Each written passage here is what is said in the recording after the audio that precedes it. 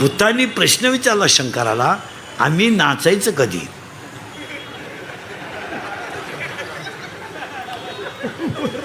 मग शंकराने भूतांना वरदान दिलं, तुम्ही अंग हलवल्याशिवाय कुणाचीही मंगल अष्टकं होणार नाहीत.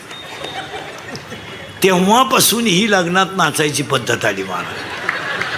ही फार जुनी पद्धत आहे महाराज, ही भूतांची अवलाद आहे महाराज. म्हणून तर नाचताना काही काय असं करतात पहा,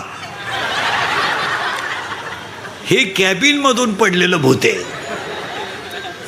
शंकर नवरदेव झाले महिला मंडळ, आणि वर ओवाळायची पाळी आली. आता वर ओळी ती नवरीची आत्या, आत्याजवळ येते ना, टीप घेऊन आली पाण्याचं, दुसऱ्याचं नाव खोडून.